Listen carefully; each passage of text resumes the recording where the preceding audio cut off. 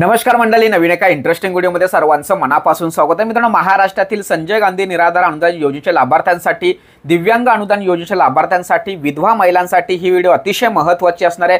कारण मित्रांनो, राज्य सरकारच्या माध्यमातून बच्चू भाऊ साहेब यांच्या समवेत यांच्या बरोबर एक बैठक आयोजित केली होती। नुकतीच काही वेळापूर्वी ही बैठक या ठिकाणी पार पाडलेली आहे।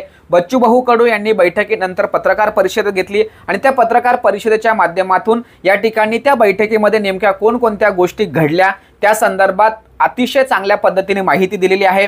तर त्या माहितीच्या आधारावरती दिव्यांग बांधवांचं जे अनुदान आहे हे अनुदान वाढणार का याविषयी ज्यावेळेस पत्रकार परिषदेच्या माध्यमातून पत्रकार बांधवांनी प्रश्न विचारला त्यावेळेस बच्चू भाऊ कडू यांनी स्पष्टपणे सांगितलं की ज्यावेळेस मी रायगड या ठिकाणी जे आंदोलन केलं होतं आणि त्या आंदोलनामध्ये मुख्यमंत्री साहेब यांच्या समवेत जी बैठक झाली त्या बैठकीमध्ये त्यांनी जे काही होकार दिलेला आहे आणि शासन निर्णय काढणार असं म्हटलं होतं, तर त्याच विषयावरती चर्चा या बैठकीमध्ये झालेली आहे। दिव्यांग बांधवांचे 6,000 रुपये वाढी संदर्भात ज्यावेळेस प्रश्न विचारला त्यावेळेस त्या ठिकाणी जे बाकीचे जे मंत्री होते किंवा त्या ठिकाणी चंद्रशेखर बावनकुळे होते त्यांनी सुद्धा त्या ठिकाणी हो असं उत्तर दिलेलं आहे।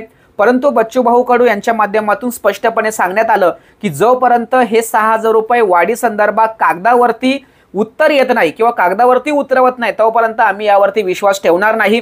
त्याचबरोबर त्या ठिकाणचे चंद्रशेखर बावनकुळे साहेब आहेत, त्याचबरोबर इतर जे मंत्री आहेत त्यांच्या माध्यमातून असं सांगण्यात आलं की येणाऱ्या आता जो चालू अधिवेशन आहे त्या अधिवेशनामध्ये आम्ही दिव्यांग बांधवांचं अनुदान वाढण्यासंदर्भात महत्त्वाचा निर्णय घेणार आहोत। काळजी करायचं कारण नाही, शेतकऱ्यांच्या कर्जमाफी संदर्भात सुद्धा निर्णय घेणार।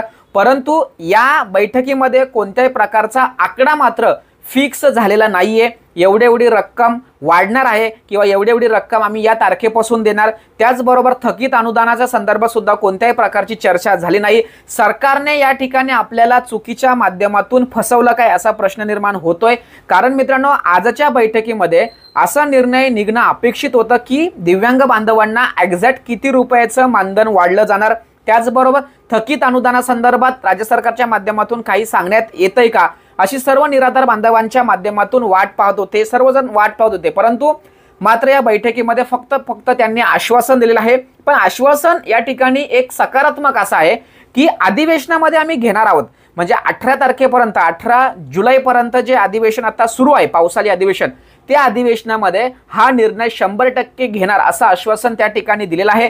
त्यामुळे दिव्यांग बांधवांचे पैसे किती वाढणार किंवा नाही वाढणार या संदर्भात ज्यावेळेस आपल्या मनामध्ये प्रश्न येतोय त्यावेळेस या ठिकाणी मी तुम्हाला स्पष्टपणे सांगतोय दिव्यांग बांधवांचे अनुदान 100% वाढणार, परंतु किती वाढणार हे येणाऱ्या अधिवेशनामध्येच कळणार। त्यामुळे सध्या स्थितीला फक्त राज्य सरकारच्या माध्यमातून होकार आलेला आहे। त्यामुळे या व्हिडिओच्या माध्यमातून निराधार बांधवांना सर्वांना एक माहिती सांगतोय की फक्त होकार आलेला आहे, किती वाढवणार या संदर्भात अजून संभ्रम निर्माण कायम राहिलेला आहे। परंतु बच्चू भाऊ कडू यांच्या चेहऱ्यावरचा जर आनंद बघितला तर मला सुद्धा समाधान वाटत होतं की बाबा कुठेतरी सकारात्मक बाजू या ठिकाणी राज्य सरकारच्या माध्यमातून घेतलेली आहे आणि अनुदान वाढणार या संदर्भात येणाऱ्या अधिवेशनामध्ये निर्णय घेतला जाणार। अधिवेशनामध्ये काय निर्णय घेतला जाणार याविषयी इत्थंभूत माहिती तुमच्यापर्यंत आम्ही पोहोचवणार।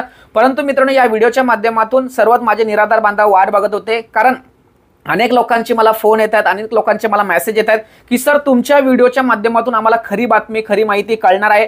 मी आपला जो व्हॉट्सअप ग्रुप आहे त्या व्हॉट्सअप ग्रुपच्या माध्यमातून कंटिन्यू अपडेट देत होतो का बाबा आता थोड्याच वेळात पत्रकार परिषद होईल किंवा थोड्याच वेळात आता बच्चू भाऊ कडू बाहेर येतील वगैरे सगळ्या गोष्टी माझं सगळ्यांशी बोलणं सुरू होतं।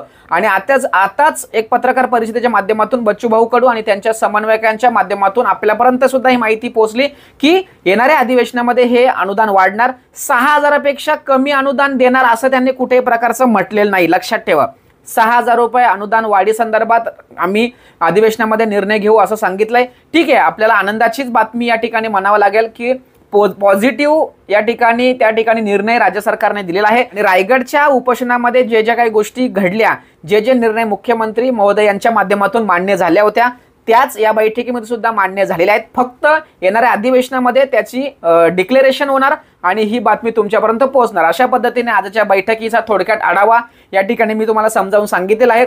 बैठकीमध्ये नेमके कोणकोणत्या मुद्द्यांवरती चर्चा झाली, आता 1-2 दिवसामध्ये आपण प्रत्येक टॉपिकवरती व्हिडिओ बनवणार। त्यामुळे चॅनलवरती सर्वांनी जॉईन राहायचंय, टिकून राहायचंय।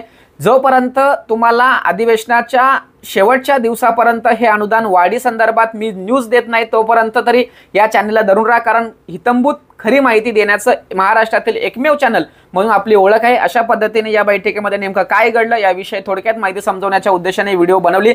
सदर माहिती महाराष्ट्रातील सर्व संजय गांधी निराधार अनुदान योजनेच्या लाभार्थ्यांपर्यंत पोहोचवण्यासाठी सहकार्य करा।